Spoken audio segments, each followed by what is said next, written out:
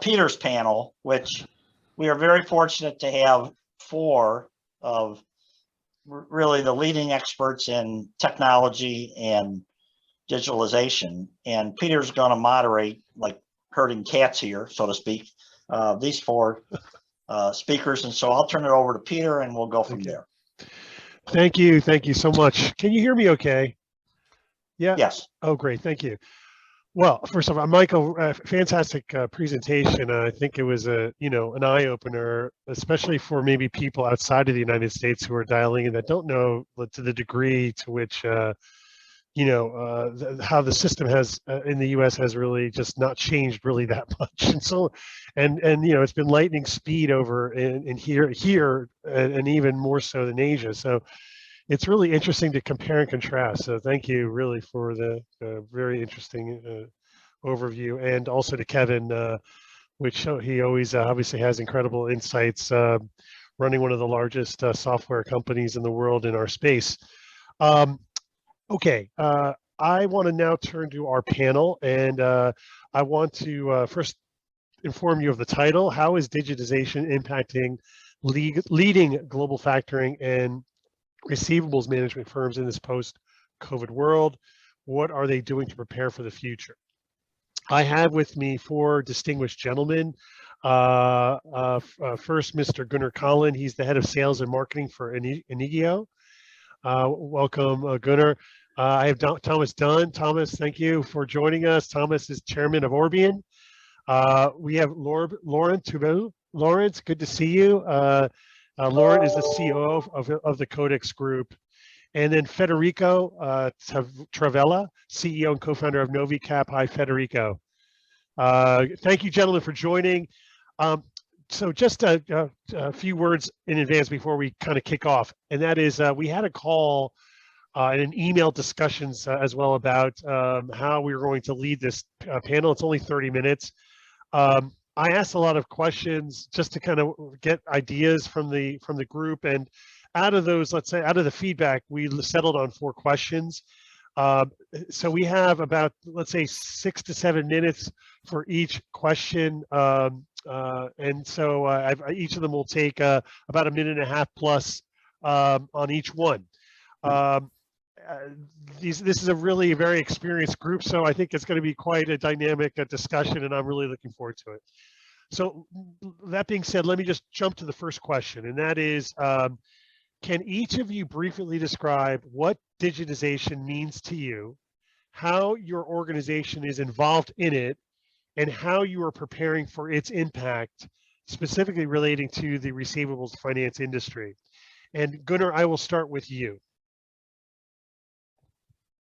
Okay, thank you, Peter. Really nice to be here, and really nice to hear all the other speakers previously, because obviously digitization is key and it's core. And there are many, many opportunities out there. We at Inigio, we are a small Swedish tech firm, and we have taken somewhat a different approach to digitization. And the reason for that is that we think that a piece of paper is a very good standard, because everyone knows what it is, and it's fully interoperable. So the only thing we focus on is being able to create something digital that performs and behaves as a paper. And then you might ask, how is that sort of important or relevant? Isn't that only the old way of doing things? But if you come to documents like bills of exchange or promissory notes or even invoices or contracts, sometimes they need to be in a very, very safe and secure form. And especially for negotiable instruments, as sort of the legal framework looks today, you have to be able to possess them. And if you are in possession of them, you need to be able to endorse them and electronically sign them and everything else.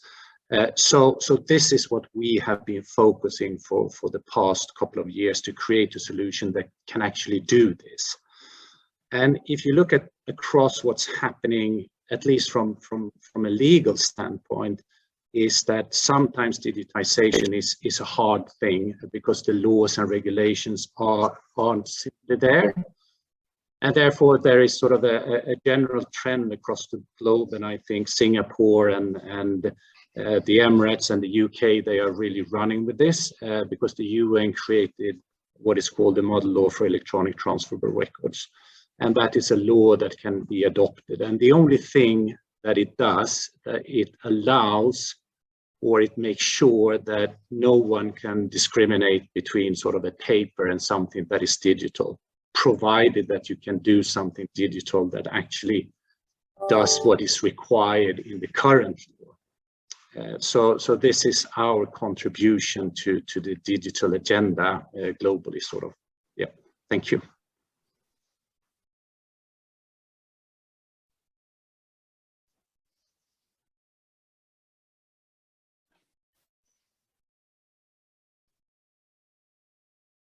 You're muted, Peter. Oh, I'm muted. Federico, I'm sorry. I was going to call you next, if you don't mind. All right, no problem. So my organization's, let's say, raison d'etre has been very much unchanged since inception. So we tried to address inefficiencies of incumbent banks whose unit economics are unprofitable in working capital finance because of outdated technology. And so this then again leads to an unaddressed demand in working capital finance and optimization. And so I think we have by now a successful track record of leveraging technology to build a 10x better trade and receivables finance platform from what we like to say, the internet up. So our initial focus has been to digitize and automate the entire customer onboarding and lifecycle management processes. If you look at a lot of the inefficiencies that plague incumbent banks are related to back office processes, and Novicap's proprietary technology, or we like to say below the hood, allows to deal with such a high complexity and granularity. Maybe also side note here, if you look at operational risks of running a receivables finance platform, very often also these can be addressed with digitization, with technology. We all know, and everyone who's been in the industry knows, there's a number of risks. Think about credit risk, think about fraud risk, think about the performance dilution risks, and that digitization can again help to mitigate some of these risks. And then if you look at the next wave of digitization, we are mostly interested in systems and technology that allows us, first of all, to capture the invoice, to verify the invoice, and three, also have visibility over the invoice payment. And this is all, Peter, against, of course, the backdrop of multiple parties being involved in these trades. We have the supplier, we have a debtor, we have a third-party bank or a funder, but also tax authorities. And adding to the complexity, all these parties, they have different incentives and interests when it comes to digitization. So put in very simple terms, and also it's been discussed, for instance, during Photon's session, right? Is debtors, either corporations or public administrations, governments, they are mostly interested in cost reduction, efficiency gains, or they should be at least, right? And so they may also be interested in optimizing payment terms, payables finance programs, things about supply chain finance. And in the context, obviously, of a very narrow discussion, the supplier is obviously interested in obtaining early payment against its receivable. Then a third-party bank or a funder aims to capture and finance invoices and to reduce the risks associated with this activity. And lastly, tax authorities, they gain visibility and auditability of B2B transactions. And this way, quite obviously, they can also ensure to collect the right taxes and reduce VAT or tax evasion.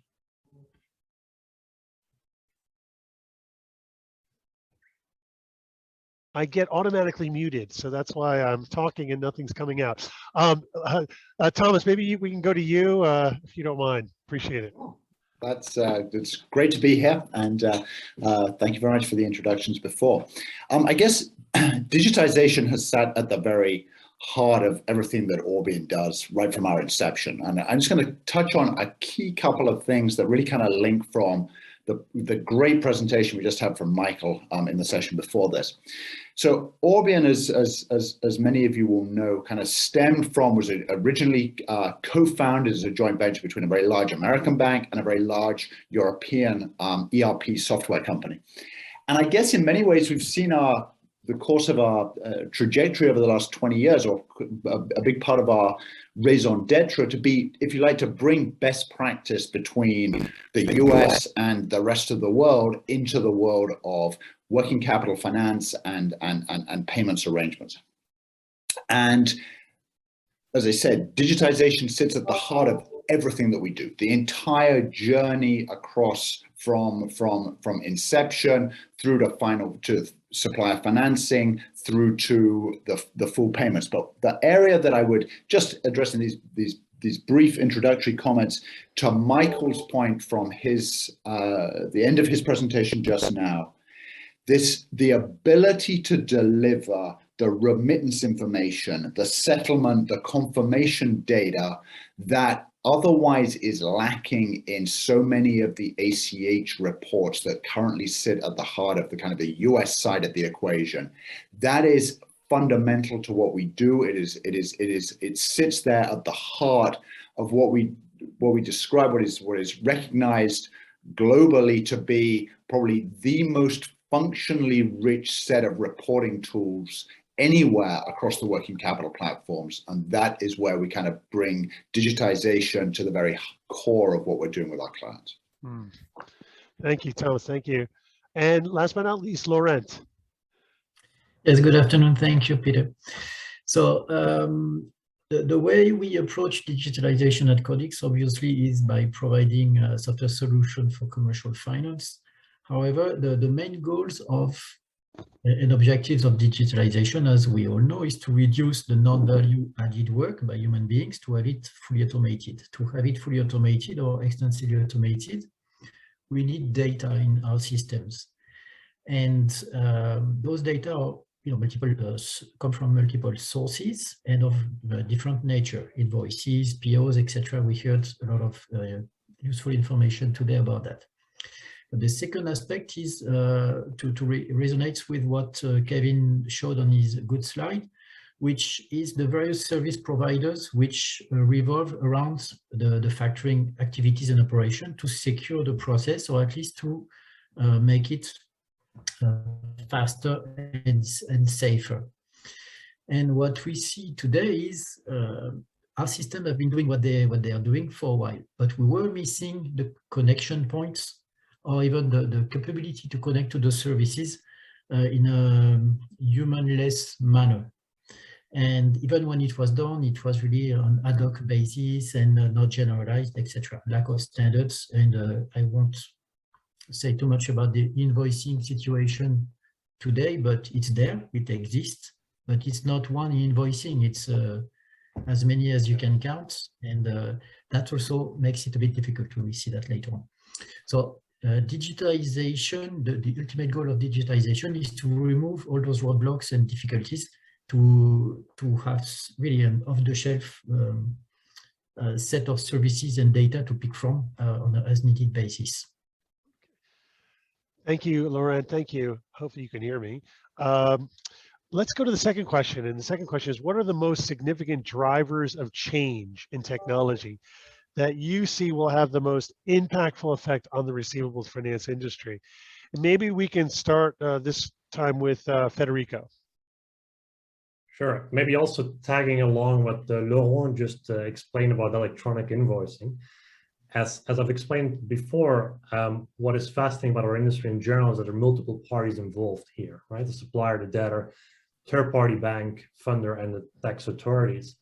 And interestingly enough, the ones that have been driving a lot of change have been the debtors. So these are typically corporations or public administrations buying goods or services, and the tax authorities. And I think it's worth double clicking on those two for a minute, because I've seen them being an important driver of change in our industry. So in the last decade, we've seen primarily large corporations with negotiation power who wanted to optimize and reduce costs in the accounts payable division, the AP division, give rise to, say, a Cambrian explosion of electronic invoicing, purchase to pay, supplier networks. That industry started growing really rapidly about 10 years ago. And in all of this, very often the incentive for suppliers was often overlooked. And that's why we've seen players like Taulia that added the option of early payment of your receivable as an incentive for suppliers to join their network. Now, governments and tax authorities, they do have an unfair advantage, right? We all know that. They can create laws, they can create regulation, and that's exactly what has been happening. And so when that happens, it means that a lot of these changes become more regulatory driven. And a good example of that is in Europe, for instance, the European directive that has been in effect since 2014 that established mandatory electronic invoice reception for public administrations. And then later on, it was expanded in many countries to B2B transactions. A good example of that is, for instance, Italy. We all know Italy is usually the biggest technology laggard, and I'm saying this as a half Italian, but they've been a front runner expanding mandatory e-invoicing to all B2B transactions, and many European countries are following. Interestingly enough, the market that's been most advanced when it comes to digitization of invoicing has been across the Atlantic in Latin America. So this market has already what I would call leapfrogged. They skipped a few steps in the legacy we have in Europe. Invoices now need to be issued, verified, and also registered via the government before they go to the debtor, to the buyer.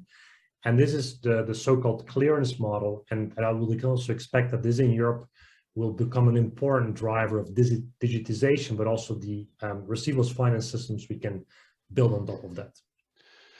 Thank you, Federico. Laurent, why don't you go next? I want to duplicate what Federico just says, because for sure the number one driver is the reduction of fraud and increasing the transparency around the invoices and the whole transaction. But beyond that, I see also labor cost reduction, because a lot of this work happens in countries where the labor cost is obviously expensive, in the financial institutions especially. And adding more digitalization means the capability to have more automatic processing of all those receivables and the controlling and the filtering and all the operations, you know, around the invoices. And the better and the more advanced the system, the less human beings are needed to process the same volume of invoices, and normally, in most cases, with additional safety around them and the decisions. Another one is the time to funds, because when we heard about the instant payments, which goes in this direction, again, processing automatically most of the controls and safety checks and connecting with credit agencies automatically, etc., etc. All those things systems can do and do today to increase the quality of controls which are being performed. By having this mostly automated, it reduces the time to take the decision to fund, and instant payments, instant factoring payments on invoices on super large volumes. In some cases, it will be applicable. In other cases, you still need to do some checks. But even if it's not automated, if it's not instant, but it's within a few minutes or a few hours, and you've done all the, let's say, due diligence that's necessary in the back, this is a major, major progress to compare to what's still happening in many cases, countries, organization types of products, where indeed it takes still days to get the money. And the last one, again, that resonates also with Federico, because it's regulations related topics. Tax is one, but also maximum exposure. When you hit such limits in a given contract, if the only solution you have is to call another funding partner, another bank to negotiate a deal, etc., and have all the calculation done on a daily basis manually, then it takes forever. Nowadays, the systems do take care of that. And most of the syndicated deals or club deals can be extensively supported by the system. So that's also a very important driver behind having a more extensive digitalization. Thank you, Laurent. Thank you. Thomas. You're muted. Yeah. Well, obviously, Laurent and Federico have touched on many of the key issues. So just to kind of add to something, one thing that I think is going to become is becoming increasingly important, is going to become a sort of a dominant theme over the coming couple of years, is going to be an increased focus on streamlining and having straight through processing for the vast majority of transactions, with a real emphasis on sort of manual intervention only around exception reporting, exception management, and that as the quality of data recognition and of the artificial intelligence tools that can be applied within the working capital world continue to evolve, continue to get better, the degree to which exceptions pop out and therefore require the separate manual or human intervention is going to get further and further reduced. Streamlining the processes, making everything kind of trying to solve everything down to be as close as possible to the instant payment world. But the instant payment world is only as good as the processes that are underpinning that. And to the extent that we can create ever better processes that allow 97%, 98%, 99% of transactions to flow through without any degree of exception handling, that will be markedly improved over where we are today. Very interesting. Gunnar, please. Okay, so I won't repeat what everyone else has said, which has been actually really good. So just two things from my side. I think one thing that is actually coming into play now is that you can, these days, you can actually own something that is digital. And I think that will change the way we do things quite dramatically. And really what I mean is that you can actually own, for instance, a bill of exchange, or you can actually own a work of art today. And I think we're all quite familiar with that. But I think this would spill into the financial industry as well, that you can actually own your digital asset and you can transfer your digital asset to someone else, and it will be it will be indisputable who is actually the owner of this digital thing. I think this will change a lot. The other thing I really want to throw into this as well, and if we look at the numbers for checks in the US, for instance, I think the regulators and the politicians and the legislators, they are really waking up now. And I think they are sort of pushing us a bit for us being the practitioners and in the business cycle. So there are so many initiatives ongoing now, which is actually pushing the digital agenda quite far, to be honest. So we're all in this together now.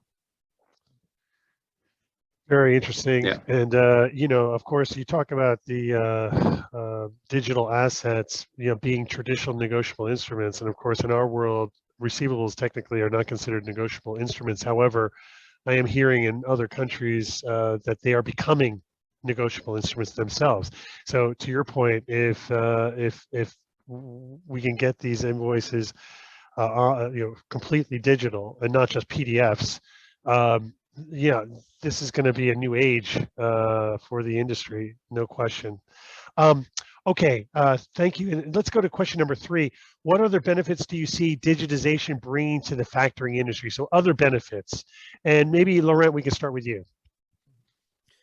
So one of them is having an easier capability to craft new products. I mean, in terms of the way they are presented to the customers and used by the customers. The more flexible the system, the more data available, the more control the risk is. Then you can take some freedom into what you grant as possible in a given contract. Payment terms is one, collateral, so invoices and some POs, etc. It's done to some extent today, but it's so heavy to set up most of those deals that they slow down the development of such flexible offering. So that's one. The other one is a bit on a different angle.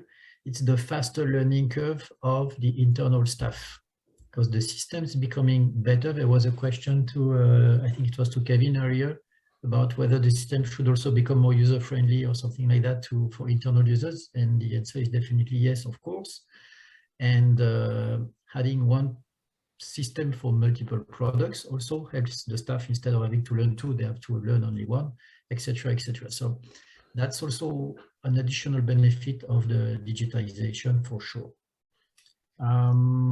What else? Yes, one is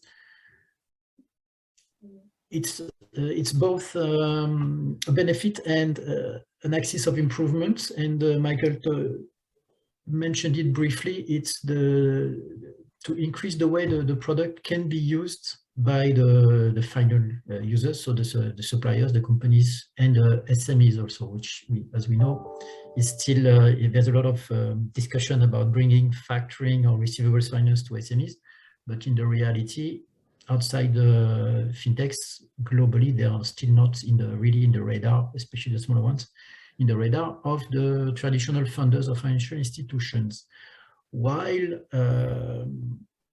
all the marketplaces, B2B, B2Cs, they sit on a wealth of data and potential to bring the funding to those entities, and they would be pretty much captive. So that's where I see digitization really having a very, very important role to play in the future, to use those new, let's say, sales channels, I would call them, even though they are not made for that initially, to bring additional entrants and interested parties in the receivables finance business. It doesn't mean all the marketplace will become funders, but there would be business introducers, I would say, for other financial institutions.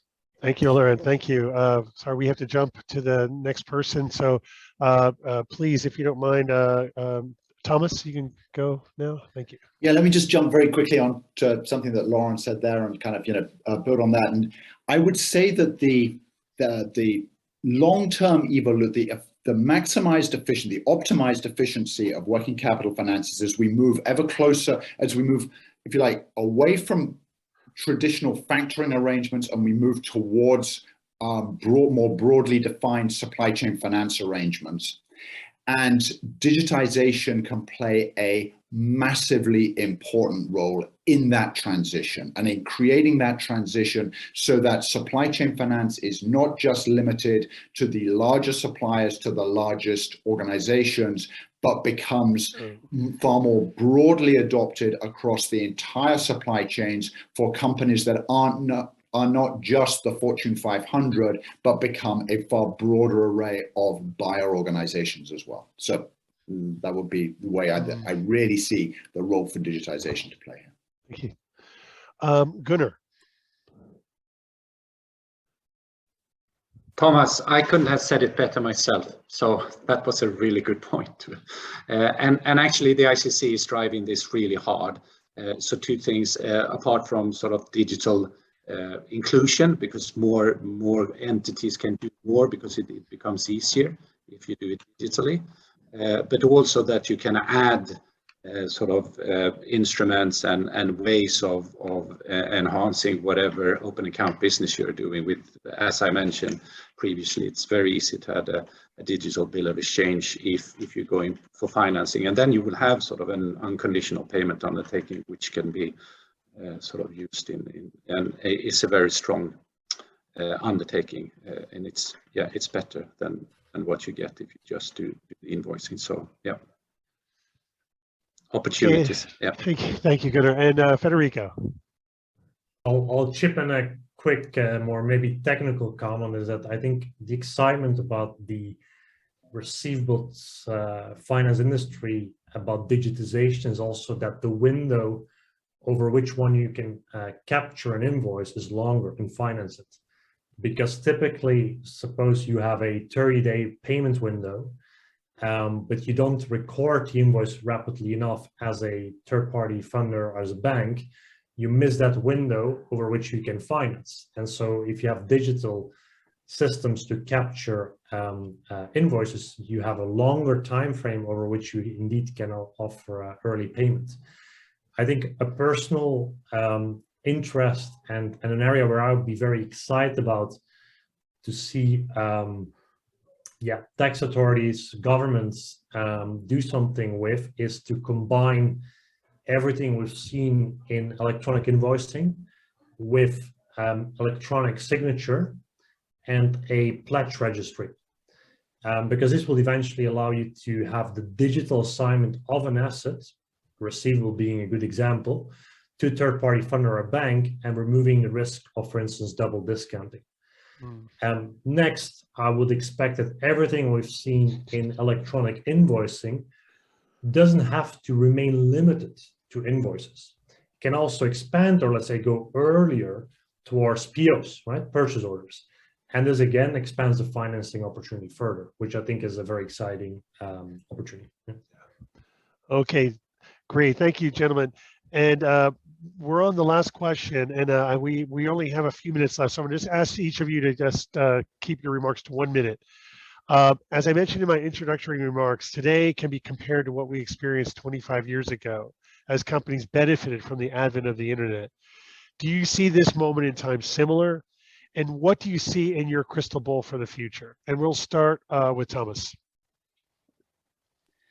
I think that to compare it with 25 years ago and the advent of the internet is possibly overstating it a little bit. I think that the more interesting comparison is actually to go back 50 years to the end of the Bretton Woods foreign exchange environment back in 1971. Because what I think that we're facing now is a world that is very rapidly dislocating some of the things that we have come to expect over the last 20 years, that the internet and the digitization tools that we're talking about now are going to need to be applied to a world that is probably suffering some strains of deglobalization, of currency regionalizations.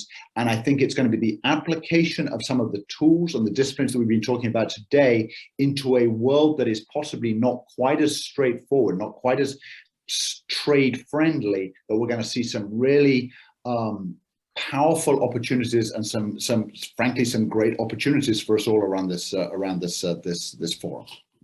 Great point. Yeah, thank you, Thomas. Federico. So I've been in this industry a little bit shorter than many of you, but still my feeling is, and I'll put it in Amazon terms, it still very much feels like it is day one. So promissory notes, by way of example, are still pieces of paper. They are sent by snail mail. It's just, I think there's just a lot of innovation still possible. So I think my final message will be quite binary, right? Either you'll disrupt or you'll get disrupted. And I think it's up to you to choose, but you have to choose quickly.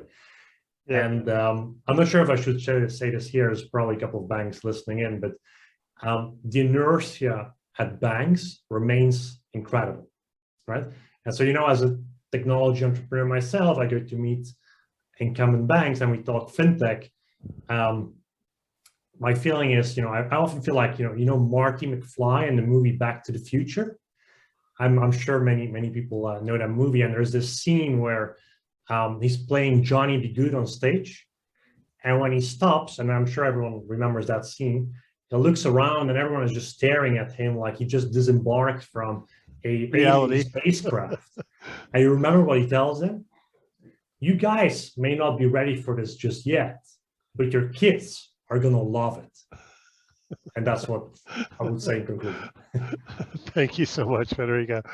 Gunnar, and then Laura, you'll give the final word.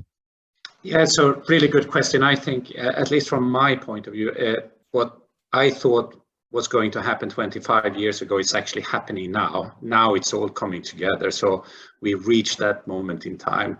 And just to go a quick example, one of my sons a couple of years back, he was about to send a normal letter with an envelope, and he didn't know in which corner to put the stamp. So really, I think this is a nice story, because it really tells that the new generation, they don't know about the things we know about, the old stuff, right? So they will take it for granted. So yeah, so I think a lot more change. We're just catching up with what should have happened 25 years ago. So things will evolve quickly now. Yeah, thank you. Thank you, Gunnar. And Lorenz, final word. Yes, so the difference with what happened 25 years ago and the internet is the internet de facto was universal. Really, there was no, it was just universal, and it was easy to build on. Today, we are still struggling a little bit with nothing is really universal. The idea is universal, everybody has the same, but it's being derived into so many variations that it's making difficult for the development of everything we talked about today. About what's in my crystal ball, well, it's things we can already see, but I see them develop. One is the data analytics, which those models are super heavy to develop and to grow and to mature. And we are getting better in this industry at maturing those models, understanding them, and implementing them in general and taking applications of them. Again, Michael has presented very well how some applications can be used, but there are more, and not necessarily on this, in the same domains. And the second part is, relates to what Thomas was talking about in the supply chain, the physical part of the supply chain. It's linked to the Internet of Things, it's linked to AI as well, etc. It ties all of it together. And that will, without a doubt, benefit the financial part of the supply chain. So supply chain finance in general. We will have finally more data coming in and at the right time and from the right actors, and many more actors than we have today. Customs, shipping companies, and so on and so forth. Again, this is a slow development, but since we're talking about the future, we can be hopeful that this is really going to gain speed in the 5 to 10 years time frame. Loren, thank you for closing for us. And I just have to ask you a Chris Rock question. Did you get hit by a digital asset? Pretty much, yes. I received artificial intelligence right in the face.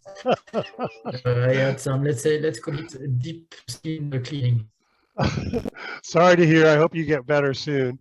I think that we can close. And I thought it was a great session. There was so many really great takeaways, and including a lot of really good one-liners, which I love. I know I have a book of them, and I wrote them down. But yeah, I mean, I thought that your comment, Laurent, the internet is universal, but today nothing is universal. And it's very true.